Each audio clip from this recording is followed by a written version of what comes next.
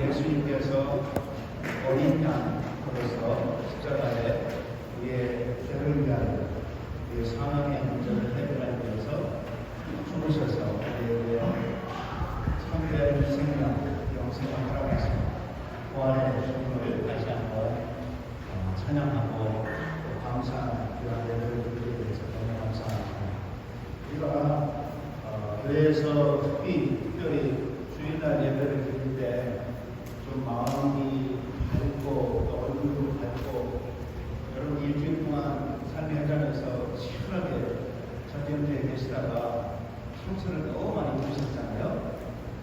복된 주일은 어떤 날이냐 하면 그럼에도 불구하고 주님이 사망의 권세를 이기시고 십자가의 그 죽음에서 이기신 부활의 그 능력을 의지하는 주일이 바로 우리가 매주 맞이하는 복된 주일인 줄 믿습니다.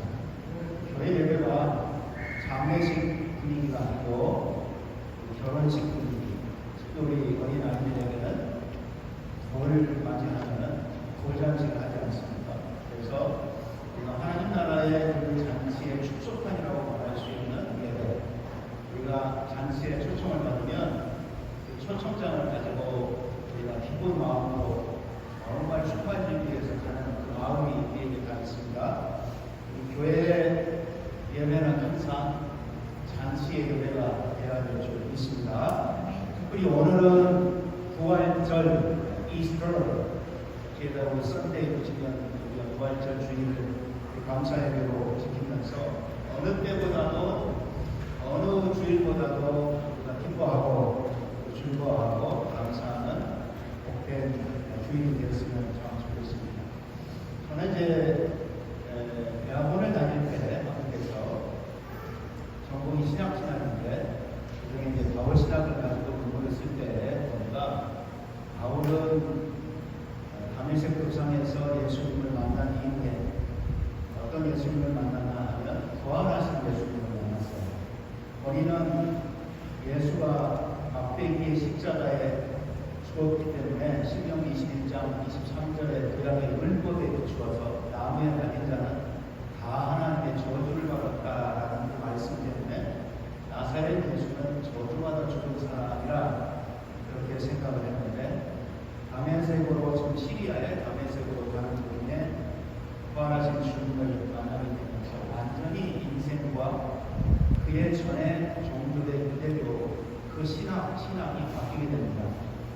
부활하신 주님을 만난 이후에 기본적으로 그의 신앙이 어떻게 바뀌냐 하면 주 안에서 기뻐하는 신앙으로 바뀌어요. 왜 그랬을까요? 곰곰이 보면 부활하신 주님을 만났기 때문에 부활하신 주님, 그분이 죽었다고, 그 사람이 죽었다고 생각했고 하나님의 저주를 받아서 죽었다고 그렇게 굳게 믿었는데 그 죽은 예수가 십자가에 처절하게 손, 발에 못이 박히고 옆구리에 창으로 찔려서 죽은 그 예수가 본인이 왔다 되었는데 부활하신 주님. 그 이후에 사도 바울의 인생은 그의 신앙은 다 바뀝니다. 그래서 사도 바울은 심지어 수차례 로마의 감옥을 비롯하여 감옥 속에 있으면서 충만해서 기뻐합니다. 왜 그랬을까? 복음 때문에 그렇습니다. 그리고 주님의 부활 때문에 그는 항상 그 많은 수난과 고난을 당하였음에도 불구하고 기뻐하는 그러한 신앙으로 끝까지 복음 신앙, 부활 신앙을 가졌던 것을 우리는 보게 됩니다. 복음과 부활 때문에 세상에서 기뻐하는 살아가는 저나 여러분이 되었으면 참 좋겠습니다. 코로나로 다 힘들고 어렵고 참 2년여 동안 여러분이 너무너무 많이 고생들을 하고 계시는데요. 그럼에도 불구하고 우리에게 가장 좋은 소식인 복음, 그 복음 중에 우리에게 정수와 같은 부활, 복음과 부활 때문에 다시 일어서고 우리 인생의 소망을 주는 이 신앙 가운데 승리하는 여러분 되시기를 주의 이름으로 축원합니다. 제가 여러 차례 복음에 대한 정의를 설교 중이나 아니면 우리 성경 대학에서 가르칠 때 강조를 많이 했습니다.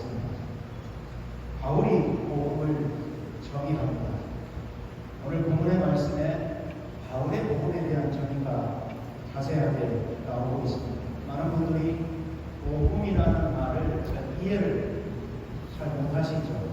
예수를 오래 믿는 분들도 복음이라는 말을 잘 이해를 못합니다.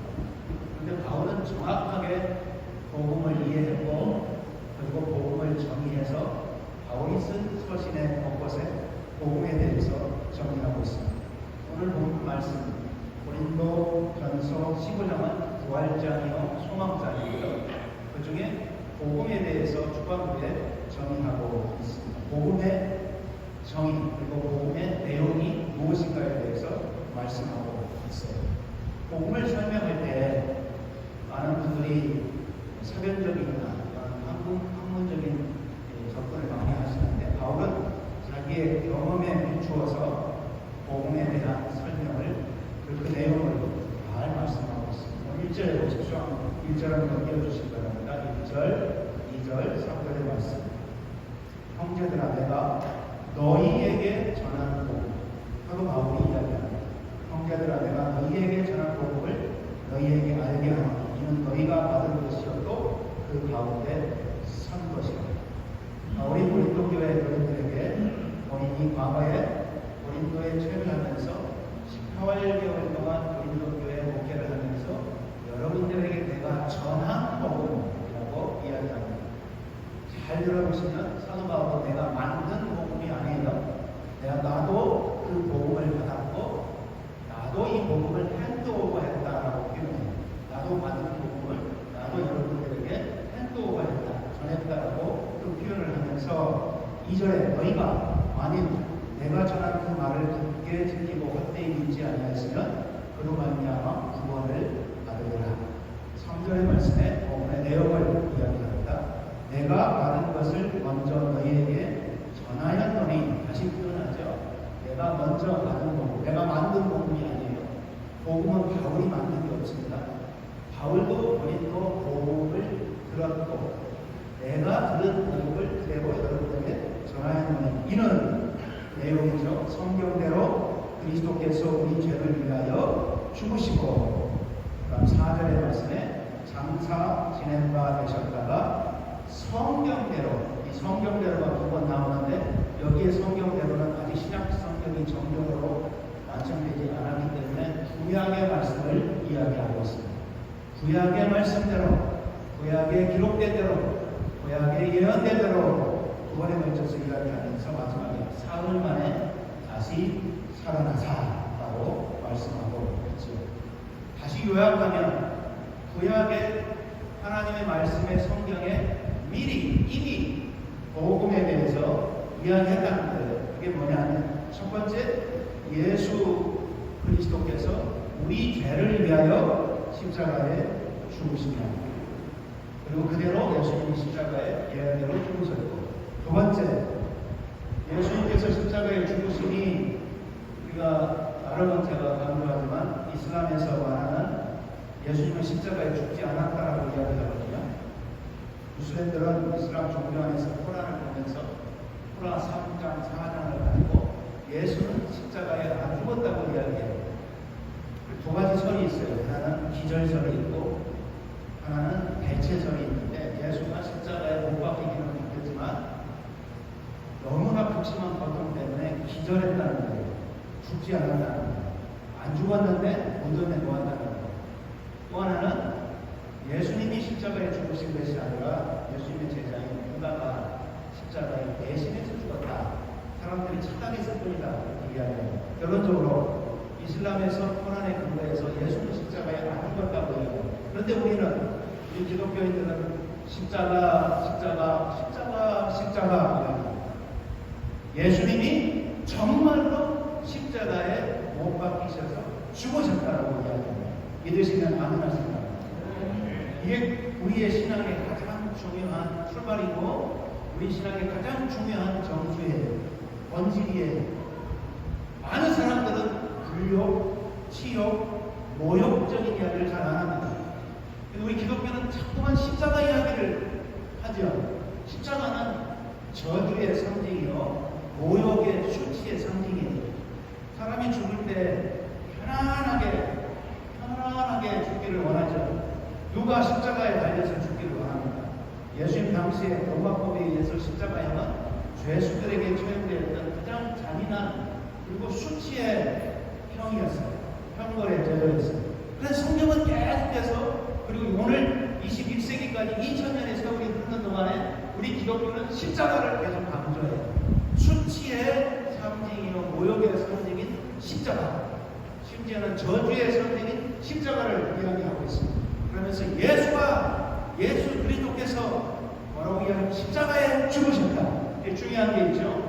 그냥 십자가에 죽으신 것이 아니라 우리의 죄를 위하여, 우리가 짊어져야 할 이 죄의 문제, 이 사망의 문제를 위하여 우리를 대신하여 예수 그리스도께서 십자가에 짊어지시고 단번에 구원을 완성하셨음을 우리는 믿습니다. 할렐루야. 이게 복음의 첫 번째 내용이에요.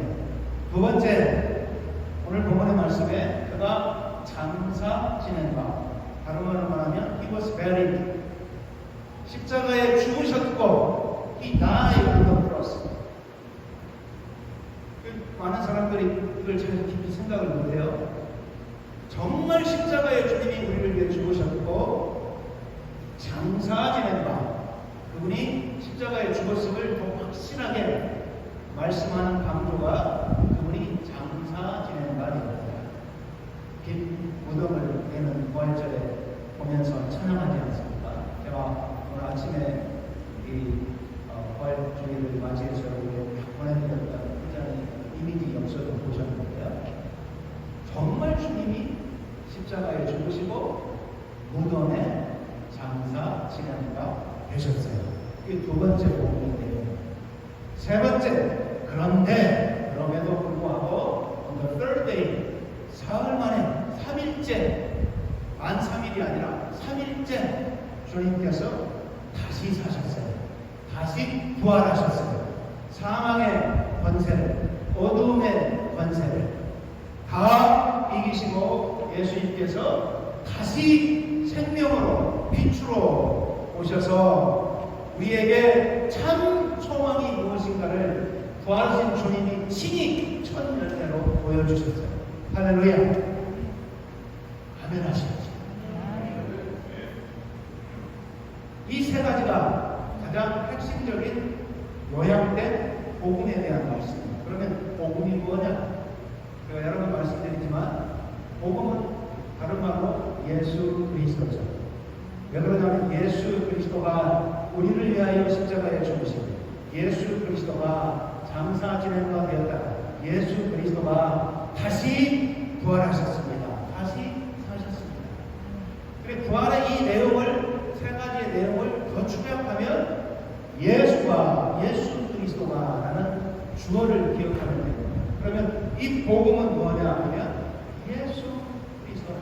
문자적으로 말하면 복음은 좋은 소식이라고 이야기합니다.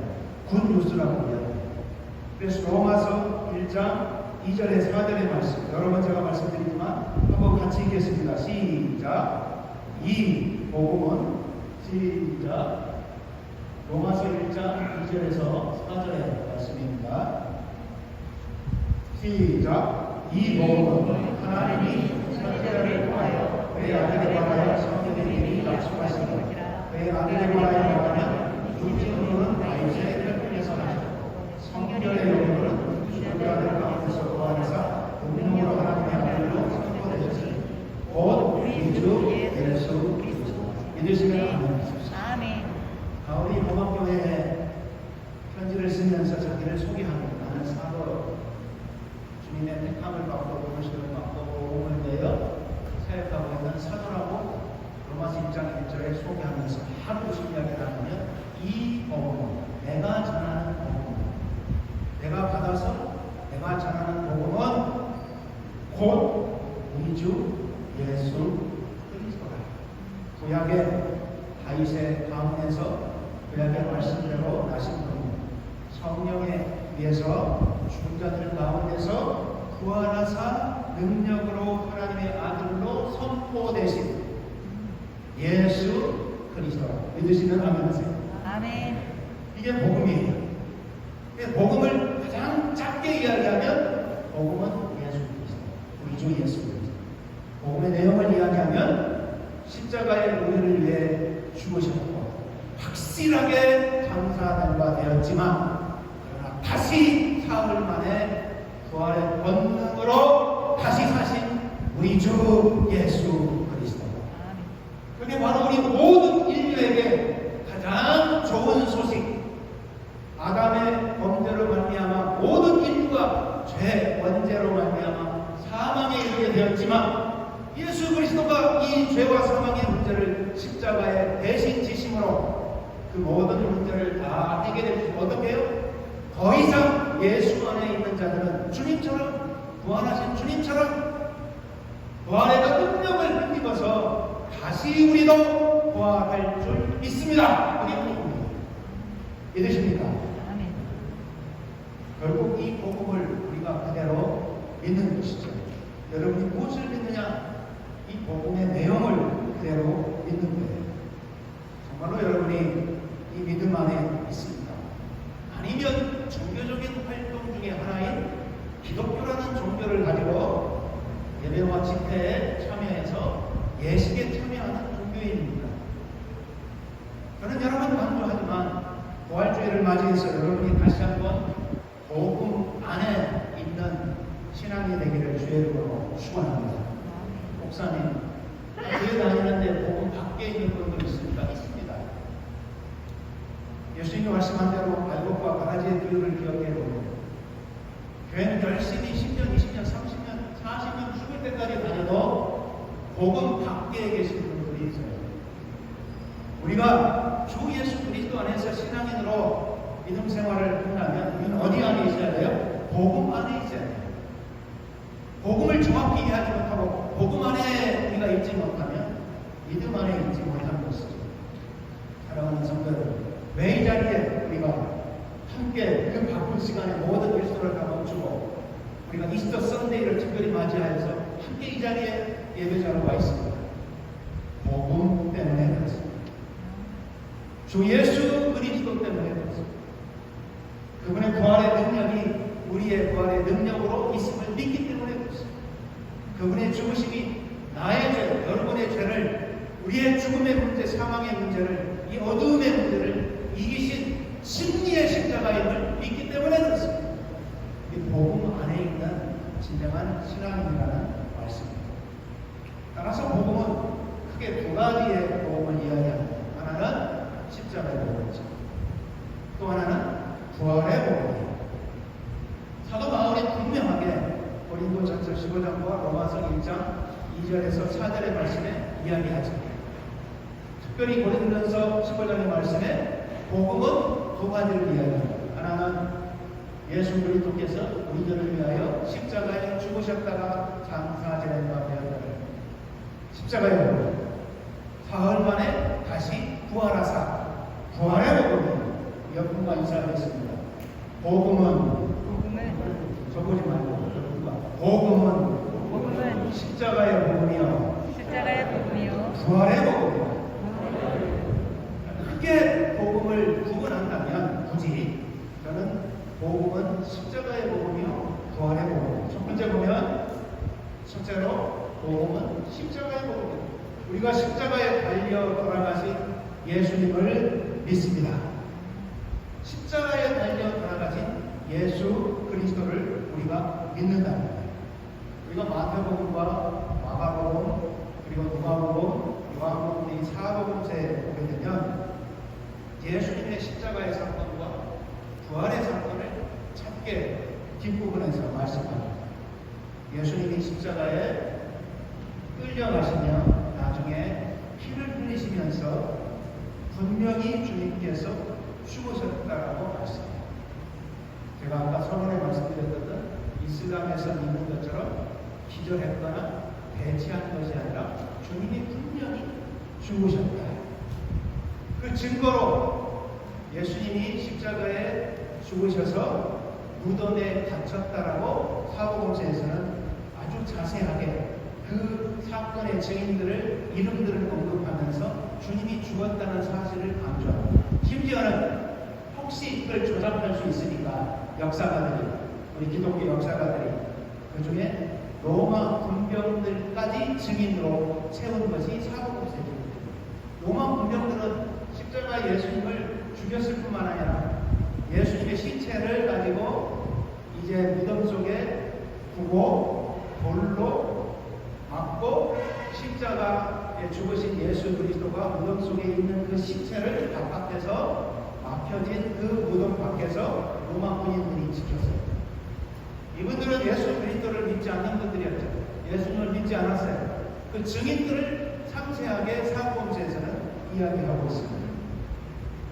그런데 나중에 보니까 사흘 만에 그 무덤에 문이 열려있고 믿지 않는 이야기죠. 믿을 수 없는 이야기죠. 그 안에 들어가서 보니까 그 무덤은 빈 무덤이었다는 사실입니다. 가족이 죽으면 배로 싸서 물과 같은 지하 무덤 안에 넣고 문을 돌로 막아서 그 가족의 무덤으로 사용됐던 이스라엘의 전통적인 문화가 있습니다. 우리하고 완전히 다른 문화죠. 저도 이스라엘을 방문했을 때 그 무덤을 가봤는데 무덤이 그렇게 되어 있습니다. 특별히 예수님이 묻으셨던 그 무덤을 가보니까 지하 동굴이에요. 그곳에 이 무덤, 그 무덤을 만들어서 가족들이 죽으면 그 무덤에 한 분 넣는 거죠.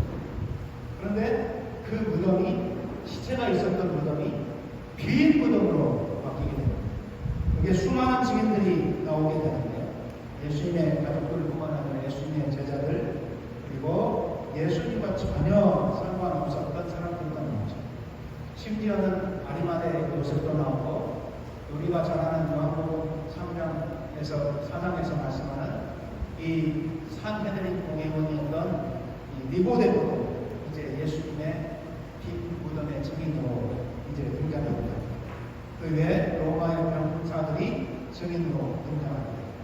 결국 예수님께서는 부활하셨다는 정확한 증거가 사복음서에 기록되고 있고 사도행전의 말씀에 그리고 오늘 고린도전서 15장에 우리가 함께 교독했던 말씀 중에 보면은 부활의 예수님이 나중에 제자들에게 제가에게 그리고 주님의 제자들에게 마지막에 심지어는 사도 바울에게 본인에게 그리고 500여 형제들에게 예수님께서 부활하셔서 나타나셨다고 말씀하고 있습니다.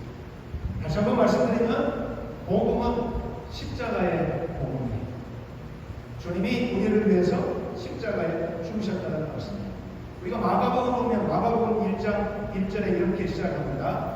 하나님의 아들 예수 그리스도의 복음의 시작이라. 마가복음 말씀에는 정확하게 짧게 하나님의 아들 예수 그리스도의 복음의 시작이라고 말씀하고 있고요. 다른 마태복음과 누가복음에는 예수님이 태어나시는 출생부터 복음의 시작을 이야기하고 있고 요한복음의 말씀에서는 요한복음 1장 1절의 말씀대로 태초에 말씀이 계시니라 이 말씀이 하나님과 함께 계셨으니 이 말씀은 곧 하나님이라 이 말씀은 다음에 쭉 요한복음 1장의 말씀에 예수 그리스도라고 말씀하고 있습니다. 예수님께서 십자가에 죽으십니다. 예수님이 십자가에 죽으시고 장사 지내심만 내시고 부활하시니 복음이라고 말씀합니다. 죄에서 모든 인류를 구원하고 죽음에서 인류를 살리신 이 기쁜 소식, 이 기쁜 소식은 어디에서 이루어졌느냐 하면 십자가에서 이루어졌습니다. 그리고 십자가는 저주의 상징이지만 우리 모든 믿음의 사람들에게는 이 십자가는 승리의 상징이에요. 믿으시면 아멘 하십시오. 죄와 어둠의 권세를 이긴 사건이 사람들의 눈에 보일 때는 십자가가 예수가 저주받아 죽은 것처럼 보였지만 믿음의 사람의 눈으로 보면 십자가에 죽으신 주님이 우리가 짊어질 이 죄 문제와 사망의 문제를 이기신 사탄의 권세, 어둠의 권세를 이기신 승리의 십자가가 바로 주님이 우리에게 주신 은혜와 사랑인 줄 믿습니다. 우리가 십자가 내가 처음 볼 때 우리가 참 크리스찬의 분명처럼 정말 열심히 이 찬양을 부르지 않습니다. 복음은 우리를 위해 십자가에 죽으신 예수 그리스도의 십자가의 복음이라는 것이죠. 할렐루야.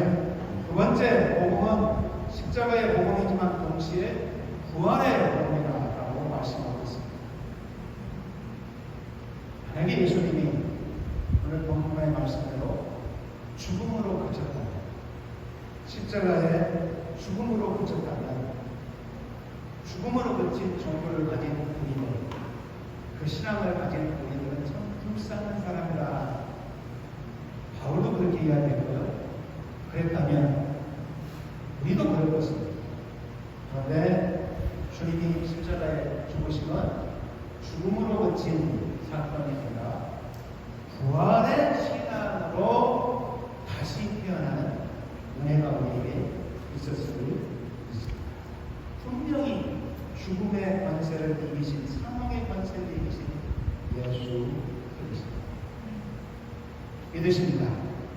예수님께서 죽음의 권세를 이기시고 다시 살아나신 부활의 의미를 우리가 다시 한번 새겨볼 수 있는데요.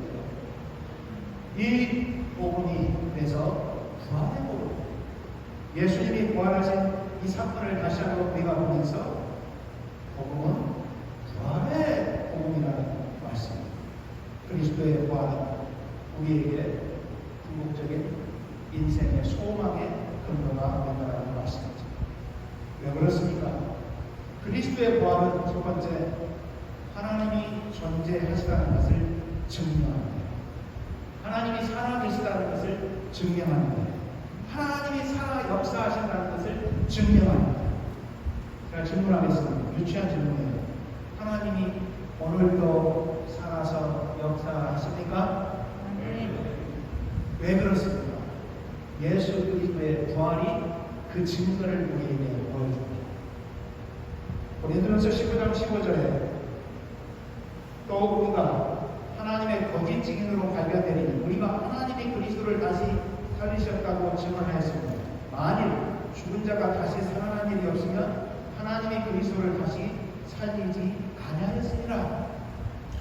부활은, 예수 그리스도의 부활은 죽은 자들 가운데서 예수님을 살리신, 다시 살려 일으키신 사건이기 때문에, 생명을 빚어낸 사건이기 때문에, 이 부활의, 주님의 부활의 사건은 무엇을 증명하느냐? 하나님이 살아계셔서, 살아계신 하나님이 죽음, 사망의 권세도 이기게 하신 하나님이 우리에게 생명과 우리에게 빛이 되셔서 우리를 다시 일으키시는, 지금도 살아계서 역사하시는, 역사를 주관하시는 살아계신 하나님을 증거하는 게 바로 부활의 사건.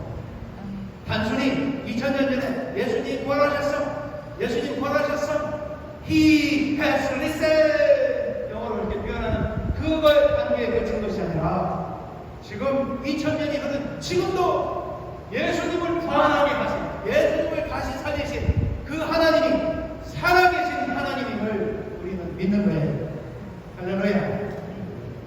생명을 만들어내는 것은 자연과정 또는 우주에 내재져 있는 힘의 작용의 결과라고 많은 분들이 생각하는데 그렇지 않습니다.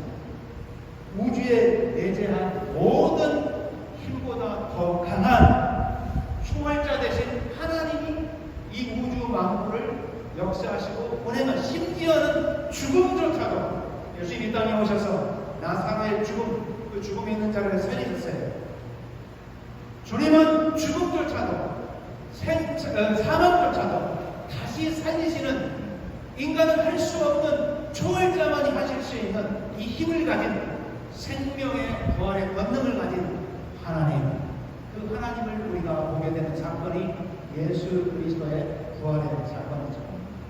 그리스도의 부활은 초월자 하나님, 생명을 창조하신 전능하신 하나님의 계심을 계시하는 거예요. 많은 분들이 나 하나님 보고 싶어, 나 하나님 내 눈으로 보고 싶어 다 소원을 합니다. 그런데 예수 그리스도의 부활의 그 사건을 믿는 우리들은 주님이 부활하신 그 사건 하나 때문에 무엇을 믿어요? 하나님이 어떤 분이에요? 하나님이 어떤 분이에요?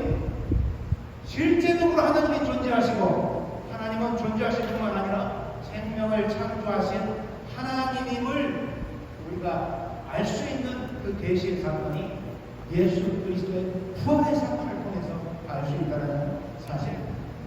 우리 그리스도인들이 하나님의 존재하심과 온 세상이 그의 피조물임을 믿는 궁극적인 근거를 우리는 어디에서 찾냐? 신약에서는 부활의 사건을 통해서 찾고 구약에서는 창세기의 말씀 속에서 찾습니다. 목사님들이 많이 창세기 강의를 하시죠. 창세기가 50장으로 되어 있는데 창세기를 영어로 제네시스라고 이야기합니다. 제네시스는 남자들의 로망이에요. 왜냐하면 현대차 중에 제네시스가 있어요. 남자들은 제네시스 차를 꼭 타고 싶어요. 저도 제네시스 차를 제가 소유한 차를 타본 적이 없어요.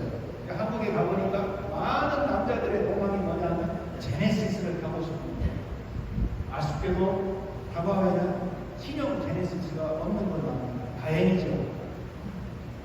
이 제네시스라는 이 창세기 성경에 나오는 이 제네시스는 시작이라는 의미를 가지고 있어요. 우리 온 인류의 시작, 온 우주의 시작. 그 시작의 의미를 가는 이 창세기 말씀에 보면 창세기에서 무엇을 강조합니까? 없는 가운데 무 가운데 유를 창조하신 하나님이 태초를 창조하신 믿으시면 아멘하세요. 누가 창조했어요? 하나님이 하셨어요. 그런데 갈수록 신앙인들이 창세기 1장 1절에 나오는 하나님이 태초를 창조하셨다는 말씀을 그냥 넘어가요. 성경의 시작은 하나님이 존재하시고 그 하나님이 무에서 유로 창조하신 피조물을 만드신 온 우주를 만드신 그 하나님이 계심을 증명하는 성경의 가장 첫 번째 말씀이 제네시스인 창세기예요. 신약성경의 부활의 사건은 하나님이 존재하시고 그 하나님이 죽음도 어두움도 다 하나님의 권능, 부활의 권능으로 생명을 주고 우리에게 은혜를 주는 역사하시는 초월자 하나님이 있게 하게 하는 그걸 보게 하는 사건이 부활의 사건이에요. 할렐루야. 저는 부활주일에 이런 하나님의 존재하심과 초월하신 하나님의 그 능력을 다시 한번 여러분의 믿음 가운데로 끌어들이고 그 믿음 가운데 부활의 권능을 힘든 여러분 되시기를 주의 이름으로 축원합니다. 로마서 4장 17절에서 25절의 말씀에 어떤 말씀이 있냐면 긴 말씀이에요. 이 말씀에 보면 노인인 아브라함에게 후손 자녀들을 주겠다는 하나님이 약속을 하십니다. 그러나 나이가 들어도 정말 백발 노인이 되어도 그 약속이 이루어지지 않습니다. 아내인 사라의 몸에 더 이상 아이를 가질 수 없는 노인이 되었습니다. 경수가 끊겼고 경수가 끊기면 여자에게서 무엇이 사망 선고를 하는 것이죠. 이 사망 선고는 여자들에게는 굉장히 뭐라고 합니까? 갱년기가 오게 하고 이제는 나는 여자로서의 구실을 못하는 것으로 생각하는 사망 선고예요. 생리가 끊긴 경수가 끊긴 그 사건입니다. 그런데 하나님은 계속 아브라함에게 사라에게 너희 몸을 통하여 후손이 있게 하고 그 후손이 엄청난 후손들을 더 낳게 하는 그 은혜가 있을 것이다 라고 이야기합니다. 그래서 로마서 4장에 17절 이하의 말씀 25절까지 말씀해 보면 그런데 이 사망 선고도 생명 선고로 바꾸신 분이 누구냐? 심지어 아브라함과 사라도 나중에는 의심하잖아요. 그런데 이 사망 선고를 생명 선고로 바꾸신 분이 초월자, 전능자 하나님이십니다.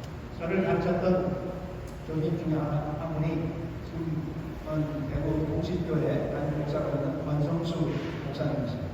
분이 신약신학을 가르쳤는데요. 제가 학교 다닐 때 오래된 일이죠.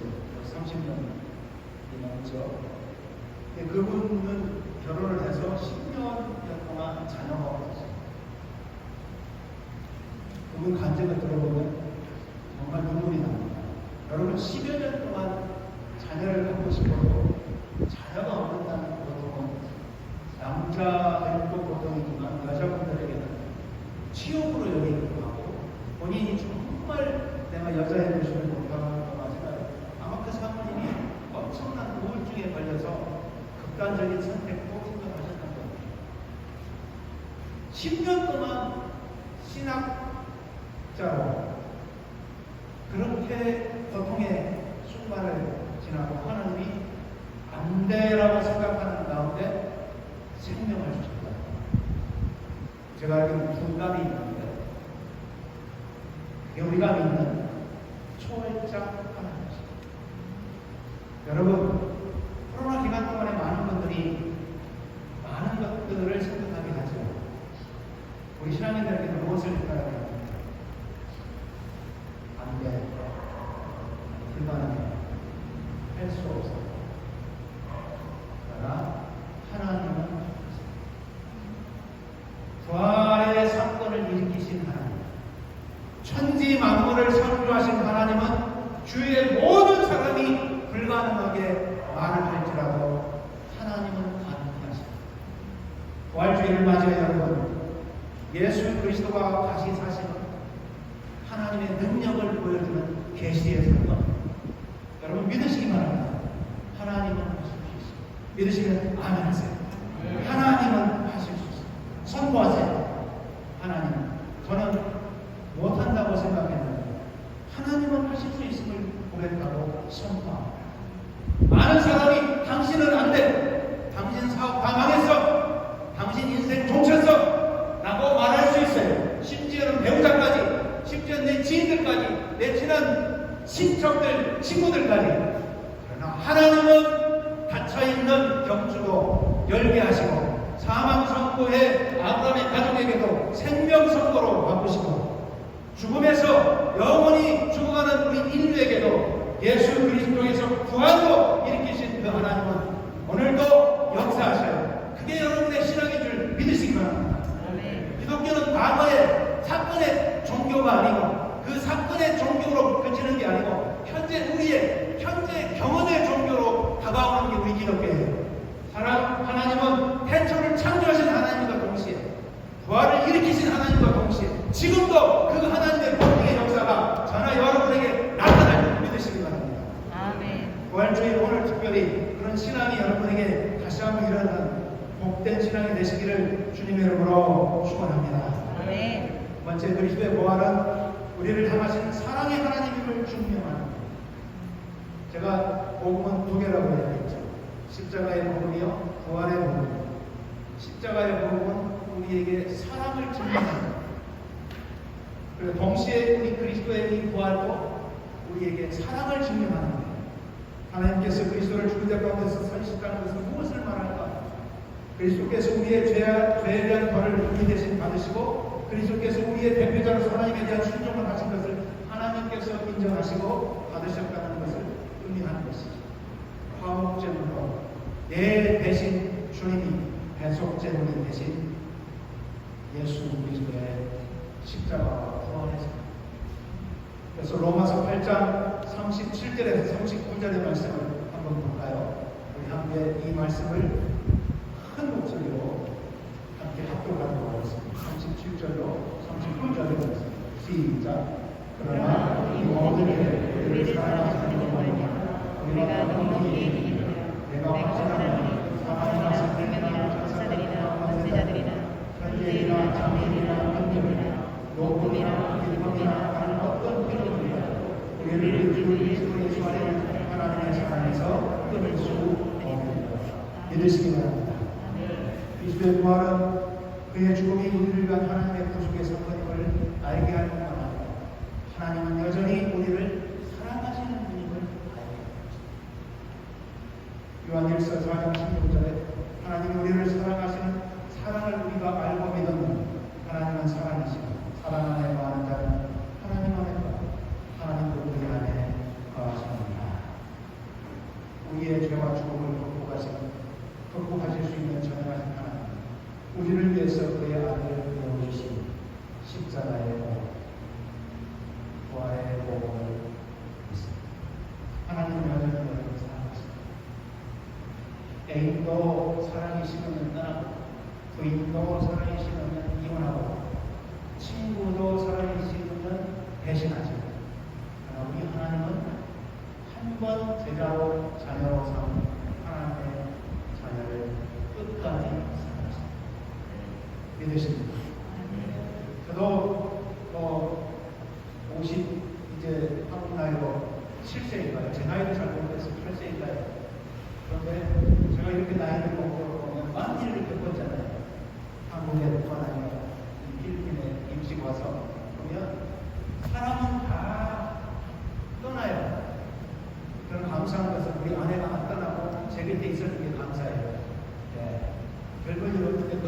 하시게 돼서 감사합니다. 우리 하나님은 절대 떠나지 않습니다. 그래서 사도 바울이 뭐라고 이야기합니까? 그리스도의 사랑에서 절대로 끊을 수 없는 천사가 그 어떤 기념으로 심지어는 죽음도 사망도 그리스도의 사랑에서 절대 끊을 수 없는 믿으시는 아멘. 그 신앙이 부활의 신앙으로 거듭나기를 주님의 이름으로 축원합니다. 마지막으로 그리스도의 부활은 우리에게 부활의 소망을 확신시켜줍니다. 그리스도의 부활은 우리에게 부활의 소망을 확신시켜줍니다. 우리 고린도전서 15장 20절 한번 같이 읽도록 하겠습니다. 마지막입니다. 그러나 시작. 그러나 이제 이제 그리스도께서 죽으시자 죽은 자 가운데서 다시 살아나사 장가한 자들의 열매가 되셨다. 믿으십니까? 예수님의 부활이 없다면, 다시 살아나심이 없다면 우리가 가장 불쌍한 존재이죠. 죽으면 끝날 인생이 뭐 그리 믿고 신앙생활을 해야 되는 참 가역한 인생이 우리일 겁니다. 만약에 부활이 없다면. 그런데요, 그리스도의 부활, 예수님의 2000년 전의 그 부활은 우리에게 무슨 열매예요? 천국입니다. 우리 모두도 예수 그리스도 안에서 똑같이 부활할 줄을 믿습니다. 할렐루야. 그리스도의 부활은 그래서 우리의 부활을 확신시켜줍니다. 커버합니다. 예수님의 그 부활이 부활의 첫 열매임을 우리가 다시 한번 믿음이 있습니다. 나도 주 안에 있는 자로 부활할 줄 믿습니다. 그 신앙을 가지고 달려가는 우리 2022년 여러분 인생이 되기를 주님의 이름으로 축원합니다. 함께 그 사람 함께 찬양하겠습니다. 그 사람 함께 찬양하겠습니다. 가사를 생각하시면서 주님의 십자가와 부활의 그 모험을 기억하겠습니다.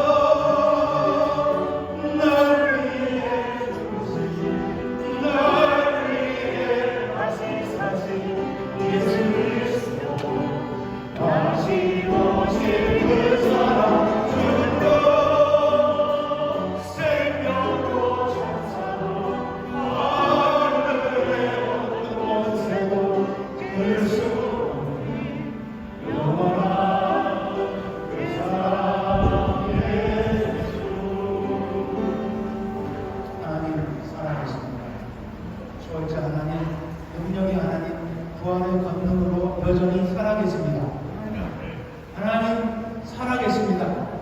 하나님 믿고 이 어렵고 힘든 위기와 어려움을 이겨내는 여러분 되시기를 주의 이름으로 축원합니다. 아멘. 부활의 소망의 신앙으로 회복되시기를 바랍니다.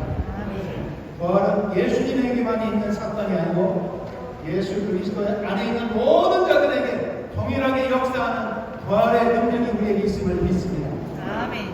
사랑하는 성도 여러분, 2022년 부활주의를 맞이하면서 다시 한번 부활의 권능을 힘입어 승리하는 여러분 되시기를 주의 이름으로 축원합니다.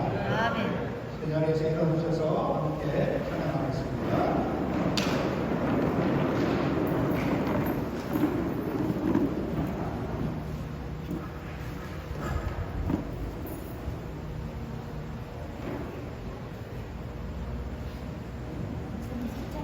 네, 171장입니다. 목사님 참찬식. 네, 죄송합니다. 설교를 너무 열심히 하다 보니까 성찬식을 불러주셨습니다. 네, 정답에 남겨주시기 바랍니다.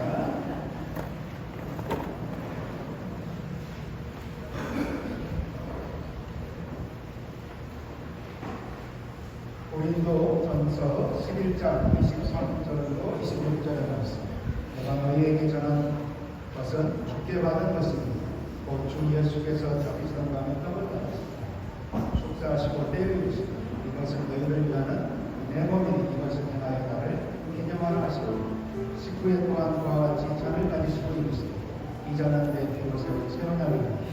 이것을 행하여 마실 때마다 나를 기념하라 하셨습니다. 너희가 이 떡을 먹으며 이 잔을 마실 때마다 주의 죽으심을 구하시는 것까지 전하는 것입니다. 주의 성찬에 참여한 모든 분들 주님으로 환영하고 축복합니다. 원하신 주님 권능을 다시 힘입는 떡과 잔을 받으시면서 다시 한번 주님의 그 권능을 위해서 기도하면서 주님 부활의 권능이 저에게도 임하게 하여 주시옵소서. 고백과 함께 성부와 함께 성찬식에 참여하셨으면 참 좋겠습니다.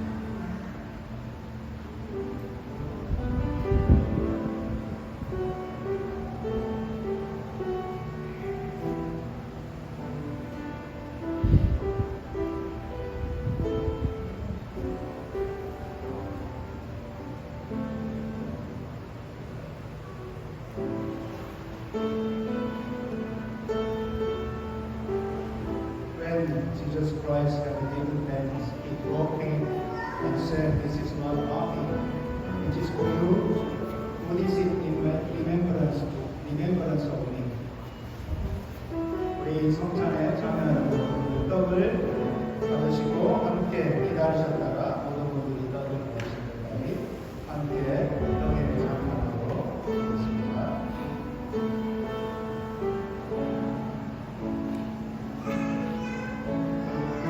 떡이 하나이든 여기에 있는 우리 모두가 그리스도 안에서 하나이고요.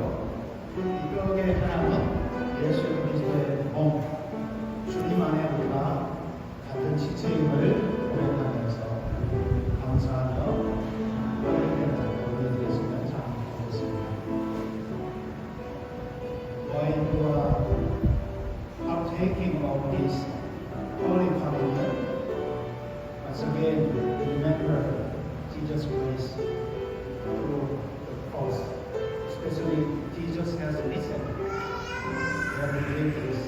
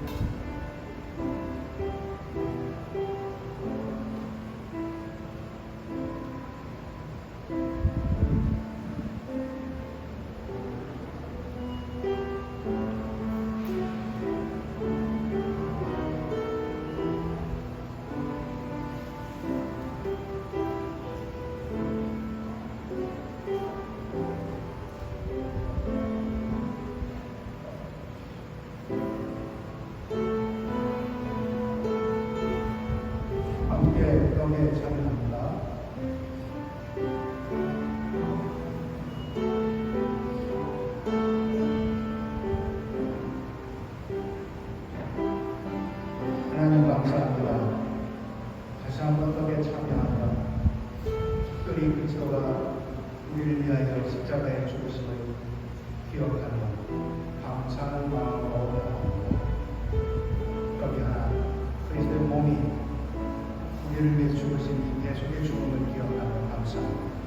함께 참여한 귀한 성도들 평생 잊지 못하는 은혜로 간직하며 승리케 하여 주시옵소서. 예수 이름으로 기도드립니다. 아멘.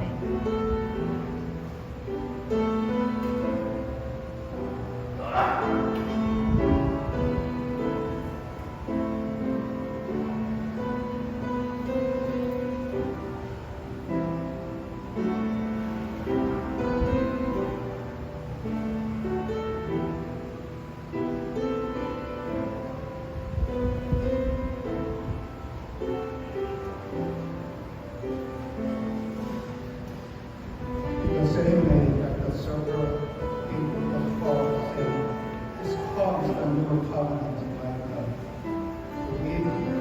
Whenever you drink it, in remembrance of me.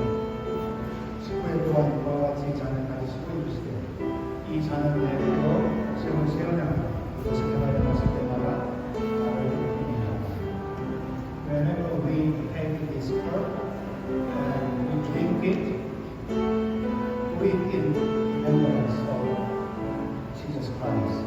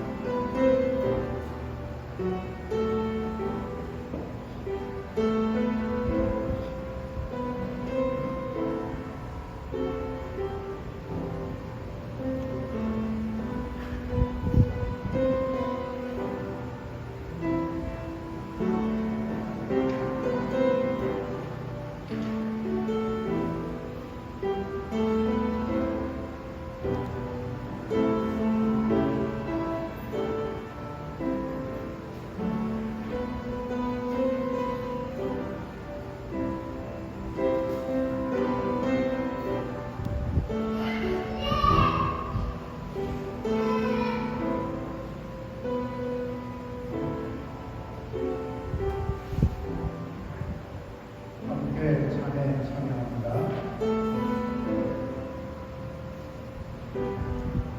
감사합니다. 우리 인생의 고열의 이 크신 은혜를 사랑을 잊지 않고 살아가게 하시고 특별히 이 떡과 전에 참여한 귀한 우리 다가오 한나간 교회 성도들 부활의 반등의 역사가 삶의 현장에 충만케 하여 주시옵소서. 예수 이름으로 기도드립니다. 아멘.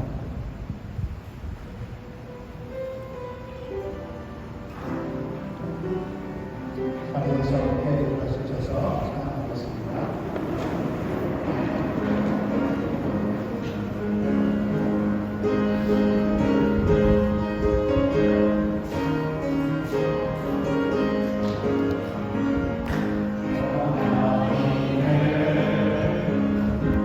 오세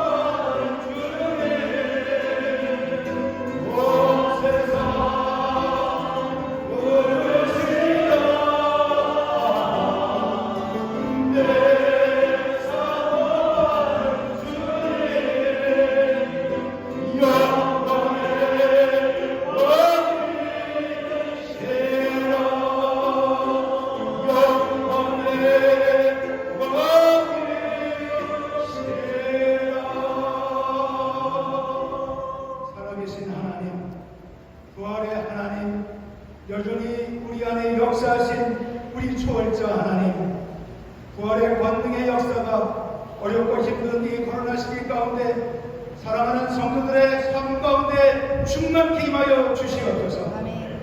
우리는 죽은 종교를 믿고 있는 불쌍한 인생들이 아닙니다. 주님, 우리는 산 소망을 갖고 부활의 권능을 힘입어 살아가는 주님의 백성임을 믿습니다. 아멘. 주님이 부활하신 그 사건은 2000년 전의 사건으로 그치는 것이 아니고 2000년의 역사가 지난 오늘도 동일하게 역사하신 그 하나님이 우리의 하나님으로 부활의 권능으로 임함을 믿사오니 아멘. 어렵고 힘든 이 시기에 주여 부활의 권능의 역사가 충만케 하여 주시옵소서. 아멘. 이제는 우리 주 예수 그리스도의 은혜로 하나님 아버지의 원하시고 변함없는 지극하신 사랑하시고 성령 하나님의 교제 아마 더 통하시고 평안하시니 부활의 권능이 사랑하는 귀한 성도들과 가정과 사업장과 사역위에 이제부터 영원토록 함께 있을지어다. 아멘.